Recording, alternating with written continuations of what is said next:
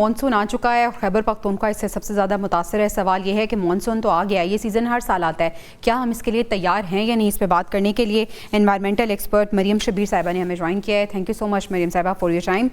मरियम साहिबा, बताइएगा, ख़तरे की घंटी तो बज चुकी है, लेकिन क्या हम इसके लिए प्रिपेयर्ड हैं? हर गुजरते साल में हमने यही देखा है कि हम कहते हैं कि इस साल जो कोताहियाँ हुई हैं अगले साल हम इसको अवॉइड करेंगे, तो इस साल के लिए क्या हम तैयार हैं? जी, ये बहुत बड़ा सवाल है और मैं इसको सम अप करने की कोशिश करूंगी। तैयारी की जहाँ तक बात है, मेरा ख्याल है कि हर साल एनडीएमए एटलीस्ट जो है वो इम्प्रूव कर रहा है अपनी तैयारियों को। लेकिन गवर्नमेंट्स जो रिस्पेक्टिव हैं उनकी तैयारियां उस तरह से नहीं लगती हैं कि वो कर रहे हैं। जैसे आप देखें कि एफॉरेस्टेशन पर उस तरह से काम नहीं हुआ है पूरे पाकिस्तान में। जो बरसाती नालों की जो सफाई होती है, आपको पूरे मुल्क में उस तरह से सफाई नज़र नहीं आती है। अर्बन प्लानिंग जो आपके बरसाती नालों के ऊपर हैं या दरियाओं के ऊपर जो हॉट स्पॉट्स होते हैं जहाँ पर रिवर एंड फ्लडिंग जब आती है तो बहुत नुकसान पहुंचता है, उनकी प्लान रीलोकेशन नहीं हुई है अभी तक। साथ ही साथ हम ये भी देखते हैं कि जो डिफॉरेस्टेशन रेट है हमारे नॉर्दर्न एरियाज में, एजेके में, ये केपी में भी इवन आपका काफ़ी ज़्यादा है, जिसकी वजह से आपकी लैंड स्लाइडिंग बहुत ज़्यादा बढ़ती है, फ्लडिंग मजीद ट्रिगर आपकी, उस पर कोई खास काम नहीं हुआ हुआ है, उस पर कोई पाबंदियां नहीं लगाई गई हैं।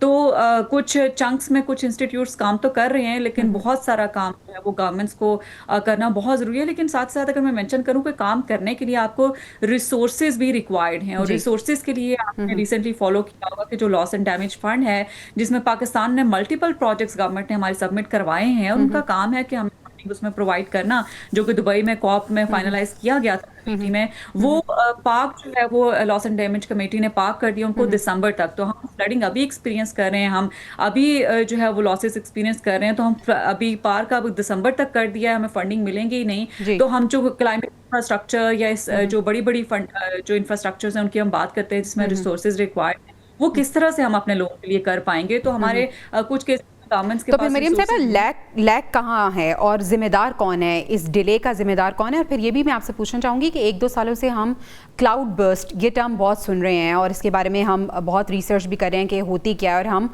ऑब्जर्व भी कर रहे हैं। क्या इसके लिए हम कुछ कर रहे हैं इस साल? जी, जो गैप आपने आपका सवाल है, जो जी। गैप का मेरा ख्याल है कि कोऑर्डिनेशन और अर्ली वार्निंग्स की जो कम्युनिकेशंस है हर एक बंदे तक पहुंचाने की, उसमें मुझे अभी तक गैप नज़र आता है तैयारियों में जो अभी तक चलती हैं। साथ ही साथ जो पॉलिसीज़ हैं उनकी इम्प्लीमेंटेशन में बहुत ज़्यादा आपका कैसा है, गवर्नेंस के चैलेंजेस हैं, सही। इंडिविजुअल लेवल पे भी कंजम्पशन के स्टाइल हमारे काफ़ी ख़राब है, जिसकी वजह से आपके क्लाइमेट में कॉन्ट्रीब्यूट होता है। जहाँ तक क्लाउड बर्स्ट की बात है, ये क्लाउड बर्स्ट जो होता है वो आपका 15 से 20 मिनट का समझने के ड्यूरेशन में बारिश होती है, बहुत ज़्यादा 100 मिलीमीटर से ऊपर। लेकिन जी। अभी तक जो आज़ाद जम्मू एंड कश्मीर में और सवात जैसे इलाकों में हमें नज़र आ रहा है, वो क्लाउड बर्स्ट से ज़्यादा वो फ्लैश फ्लड है, इट्स नॉट क्लाउड अच्छा। बर्स्ट। तो फ्लैश फ्लड में आपका ये होता है कि आपकी जो है वो मोर देन 4 to 6 आवर्स आपकी रेन जो है वो काफ़ी ज़्यादा कंटिन्यूसली चल रही होती है, जो कि आपके थंडर स्टॉर्म की वजह से होती है, रेनफॉल की वजह से आपकी हो रही होती है इनिशिएट। तो ये आपकी काफ़ी ज़्यादा रिवर एंड फ्लडिंग का जो है वो सबब बन रही होती है, और कुछ इलाकों में अर्बन फ्लडिंग का भी सबब बनती है, जो लोअर इलाके हमारे होते हैं। तो जो अच्छा क्लाउड बर्स्ट है मरियम उस साहब, ये अर्बन फ्लडिंग की आपने बात की है। अर्बन फ्लडिंग आप क्या समझती हैं कि ये एक कुदरती आफत है या ये हमारी अपनी इंसानी गफलत है जिसकी वजह से अर्बन फ्लडिंग होती है? जी, ये एब्सोल्युटली गवर्नेंस का फेलियर है, क्योंकि आपकी जो अर्बन प्लानिंग का, जैसा कि मैंने आपको कहा कि इतनी ज़्यादा आबादियां फैल गई हैं, इतनी आबादी बढ़ गई है, जिसकी वजह से घर बनाते हैं, इंफ्रास्ट्रक्चर बनाते हैं, ग्रीन कवर हम रिमूव करते हैं। जो प्राइवेट हाउस सोसाइटीज़ हैं उनकी जिम्मेदारी है कि 5% से लेकर 7% तक ग्रीन कवर रखें। ये अब EPAs की जिम्मेदारी है, गवर्नमेंट्स की जिम्मेदारी है इसको इम्प्लीमेंट करवाएं। मेरा नहीं ख्याल कि एक दफ़ा अप्रूव हो जाती है हाउसिंग सोसाइटीज़ तो हमारे इदारे कभी भी जाके चेक करते हैं। और आप अगर इन प्राइवेट हाउसिंग सोसाइटीज़ को देखें तो जो ग्रीन कवर थोड़ा बहुत होता भी है, उसमें खूबसूरती के लिए पौधे कुछ लगाए जाते हैं, जो कि बिल्कुल भी मकामी आपके पौधे नहीं होते, वो आपके इकोसिस्टम को सपोर्ट नहीं करते, आपके टेम्परेचर को रेगुलेट नहीं करते हैं। तो ये बहुत बड़ा फ्लॉ है कि ये जो प्राइवेट हाउसिंग सोसाइटीज डिजाइन होती हैं, इसमें रेलेवेंट जो आपके एक्सपर्ट्स हैं उनको लेना बड़ा जरूरी है, ताकि वो गाइड कर सकें, एडवाइस कर सकें कि कौन सी रेलेवेंट स्पीशीज जो आपको लगानी है, जो आपके माहौल के लिए बिल्कुल जो सही। बेहतर करेंगी। अच्छा। साथ ही साथ आपकी जो लीगल तजावुज़ात हैं वो एक और बड़ा चैलेंज है बिल्कुल सही है। अर्बन अच्छा एरिया। मरियम साहब, मुझे ये बताइए, जिन पॉलिसीज़ की हम बात कर रहे थे कि उन पॉलिसीज़ को इम्प्लीमेंट करना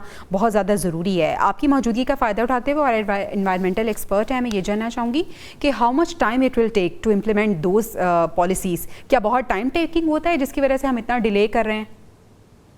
मेरा ख्याल है इसमें पॉलिटिकल विल ज़्यादा चाहिए होती है और आपको ह्यूमन रिसोर्सेज भी ज़्यादा चाहिए डिप्लॉय करने के लिए। मिसाल के अच्छा। तौर पे अगर मैं फॉरेस्ट एक्ट की बात करूं या उसके से रिलेटेड जो पॉलिसीज हैं उसकी बात करूं कि डिफॉरेस्टेशन रेट हमें कम करना है, तो उसके लिए आपको फॉरेस्ट गार्ड्स जो है वो इंक्रीज करने पड़ेंगे, उसके लिए आपको एफॉरेस्टेशन भी करनी पड़ेगी। इसके अलावा आप ये देखेंगे जैसे प्राइवेट हाउसिंग सोसाइटीज हैं, ये काइंड ऑफ एक माफिया आपका बन गया हुआ है पाकिस्तान में, तो उनको कंट्रोल करने के लिए आपको पावरफुल किस्म के इंस्टीट्यूट्स को इनके पावरफुल करना ज्यादा होगा ताकि वो जो है वो इनको लगाम दे सके। गवर्नमेंट्स को सख्त इनिशिएटिव्स लेने पड़ेंगे। इसी बिल्कुल तरह सही। आप ये देखें कि काफी सारी पॉलिसीज ऐसी हैं जिसमें मुझे लगता है कि आप इंस्टीट्यूट्स को मजीद पावरफुल करें और बिल्कुल ह्यूमन सही। रिसोर्सेज उनको, सो इट्स डेफिनेटली बिल्कुल सही। डूएबल। बिल्कुल सही।